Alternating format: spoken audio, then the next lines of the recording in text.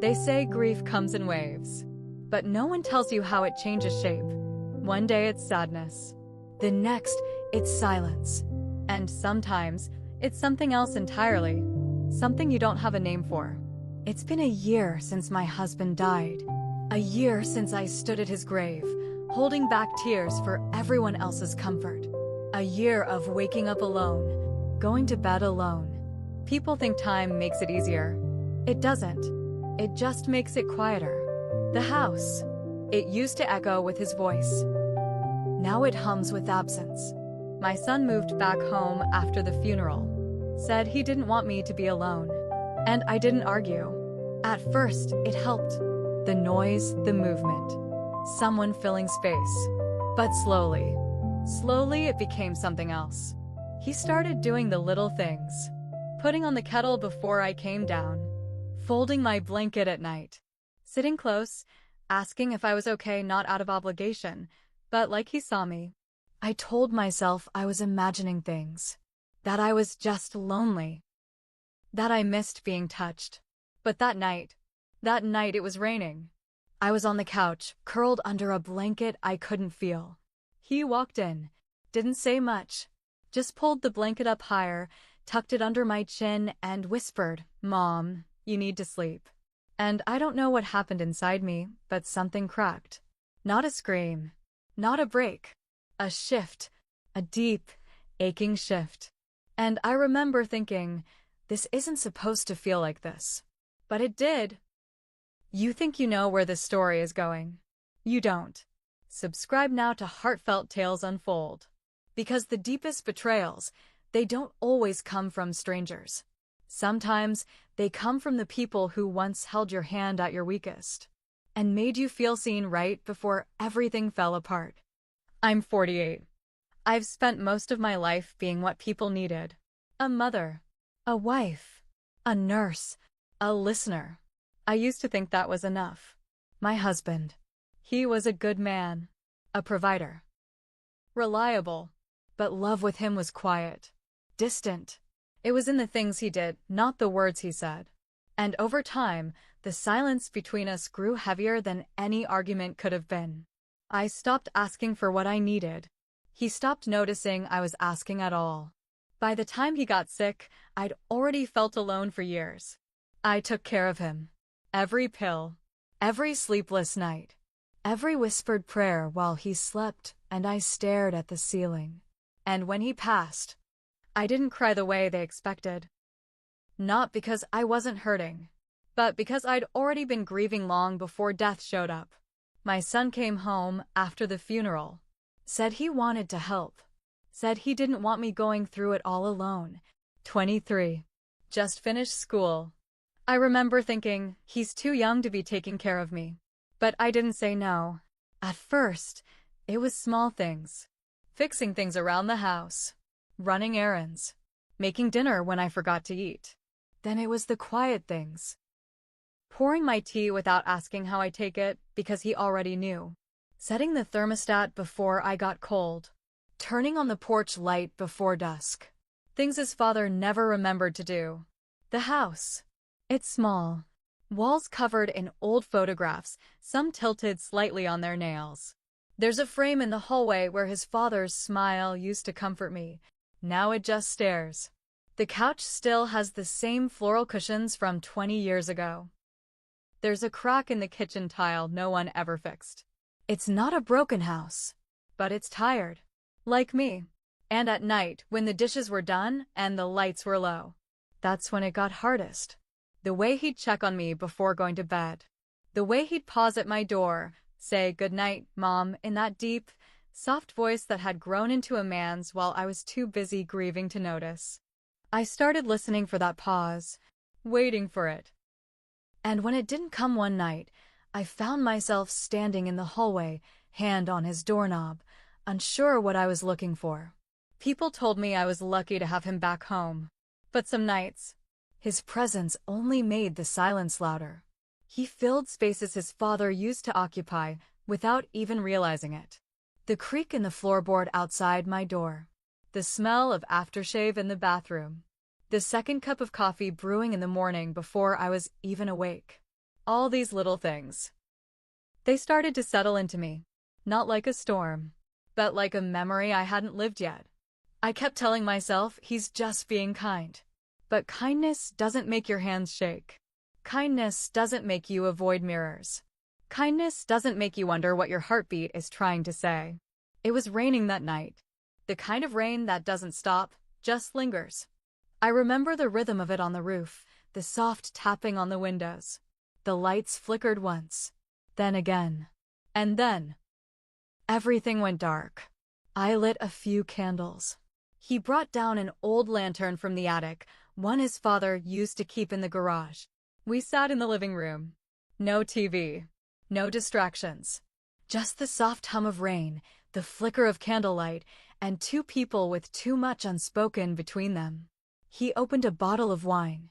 Said it had been sitting too long. I didn't argue. We poured 2 glasses. And then we talked. Not about grief. Not about Dad. About silly things. Old memories. That time I burned the turkey on Thanksgiving and we ended up ordering pizza. He told me I used to laugh so much when he was a kid. I didn't even realize I was laughing until he said it. There it is, he said. I haven't seen that in a long time. You still look beautiful when you smile. I froze. Just for a second. Because there was something in the way he said it. Not playful. Not like a son teasing his mom. It was quiet. Real. And it landed in a part of me that had been asleep for too long. I didn't respond. Just took a slow sip of wine and stared into the candlelight. He didn't say anything else. Just sat there beside me. Close, but not too close. Still, the air between us, it changed. I told myself it was just the wine. Just the darkness. Just the memories. But that night, I saw him differently. Not just as my son, but as a man. A man who saw me, not the worn-out version. Not the widow. Just me. And I felt seen. For the first time in a very long time. The moment passed. We said goodnight. I went to bed alone. Told myself to forget it. But the next morning, I came downstairs and found my favorite tea already steeping. I hadn't told him I was running low on it. And yet, there it was. Hot. Waiting. And in the hallway, the scent of his cologne. Faint. Subtle. But enough. Enough to make my stomach twist. I told myself I was imagining things. That I was reading too much into it. But was I? The days after that night felt different. Not in any big, obvious way. But in the quiet. In the way I paused at the top of the stairs when I heard him humming in the kitchen. In the way I watched his hands as he cooked, steady and sure, so much like his father's, and yet not. I started wearing my wedding ring again. Not out of devotion, but as a barrier. A reminder. But it didn't sit right on my hand anymore. It felt heavy. So I took it off. Then put it back on. Then took it off again. I couldn't decide what felt worse, wearing it or not. I couldn't sleep. I'd lie awake, staring at the ceiling, hearing his voice in my head, "You still look beautiful when you smile." That night played in loops. The candlelight. The wine. The silence. And the way he looked at me. Not past me. Not through me. At me. It had been so long since someone did that. Since someone made me feel like I was still a woman. Still there. I told myself he's just being kind. That's all it is. But kindness doesn't make your breath hitch when he brushes past you in the hallway. Kindness doesn't make your skin remember a touch that never happened. Kindness doesn't explain the heat that rises in your chest when he leans in too close, just to grab a mug behind you. I started noticing the little things. The way he'd glance at me when he thought I wasn't looking. How he'd pause before saying, "Mom," like the word sat awkwardly in his mouth. I'd catch myself fixing my hair before I went downstairs. Changing my blouse if it was too worn, too faded. Why was I doing that? And then I'd remember the last years of my marriage. How invisible I felt. How my husband barely touched me unless it was routine. How I'd dress up sometimes just to see if he'd notice. And he didn't. He never did. But he does. My son. He notices. I hate myself for thinking it. For feeling it. But it's there. And I can't unknow it. One night, we were watching a show together. Something light. Something forgettable. My hands were trembling. Grief still does that sometimes. And without saying a word, he reached over and placed his hand on my wrist. Gently. Just enough to still the shake. And I didn't pull away. I didn't even flinch. I just sat there, feeling the weight of his touch like it was the only real thing in the room. And in that moment, I stopped pretending. I didn't know if it was love, or loneliness, or something darker. But it was there, breathing between us. Our conversations changed. They got longer, slower, not just surface talk. Weather, groceries, appointments, but real things. He'd ask me what I used to dream about before I got married, what I loved about music, why I stopped painting, questions his father never thought to ask. And I told him things I hadn't told anyone, not even myself. I don't know if it was the wine that night, or the sound of his voice, or the way his eyes never left mine when I answered. But I felt myself softening, slipping, wanting. We were watching a movie together, something old and familiar. I don't remember the plot, just that our shoulders were close, our breath slow, and then his hand reached for mine. Not fast, not hesitant, like it had been waiting. I looked down. His fingers wrapped around mine, and I didn't move. I just let it happen. And in that stillness, something inside me broke open. Not with fear, not with shame, but with relief. Later that week, I was crying in the kitchen. Quiet tears. Grief has its way of sneaking up on you like that. He came in, didn't say a word. Just walked over and wrapped his arms around me. I fell into his chest like I used to fall into my husband's. But this felt warmer. He didn't let go right away. Neither did I. And then he kissed my forehead. Soft, slow, too tender to ignore. I felt that kiss in places I didn't want to admit still existed. That night, I had a dream. I was younger, lighter, spinning in a kitchen full of music, laughing in someone's arms. But when I looked up, it wasn't my husband's face. It was his. I woke up sweating, heart pounding. I sat at the edge of the bed, whispering to myself, "You're his mother. You're his mother." But it didn't help. I stopped answering my sister's calls. I couldn't face the sound of someone who still saw me as good. I stopped looking in mirrors. I didn't want to see what was changing in my eyes. Every night, we grew closer. Not with words, but with silence. With the way our bodies leaned just slightly more. With the way he lingered when he said goodnight. It was like we were circling something neither of us could name. A line drawn in sand. And every night, the tide came closer, until it finally touched our feet. Then came the night he didn't go back to his room. It started like every other night. The sound of dishes being rinsed. The low hum of the television. His quiet footsteps down the hallway. But something felt off in my chest. Like a weight sitting where breath should be. I tried to ignore it. Told myself it would pass. But my hands were shaking. My vision blurred. My chest tightened so hard it felt like I was being pulled under. I couldn't breathe. I couldn't move. I couldn't think. Then he was there, kneeling beside me on the floor, his arms wrapped around me so tight I could feel the strength in his body. And yet, all I felt was softness. "Breathe with me, Mom. Just breathe." But even the word Mom felt strange on his lips. It sounded like a question, like he didn't know if he should still say it. And in that moment, neither did I.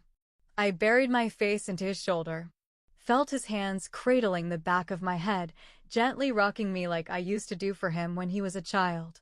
But now he was the one holding me together. And I wasn't fighting it.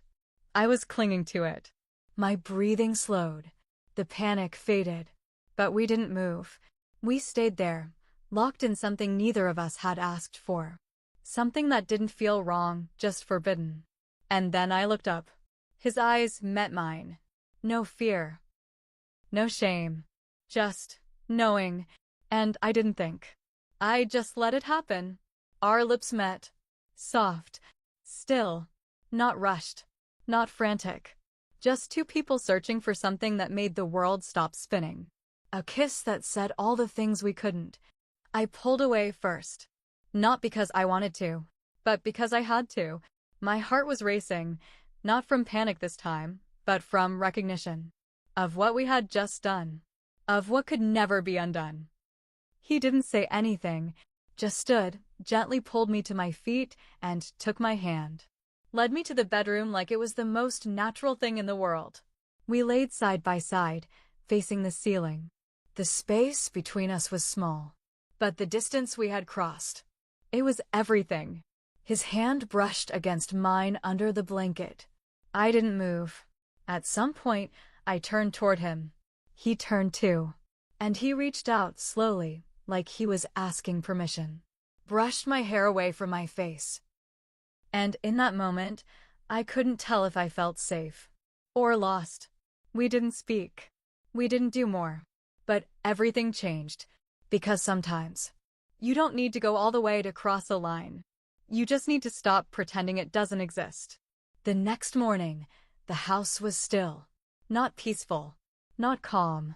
Just suspended. I made breakfast like I always do. Toast. Eggs. A little fruit.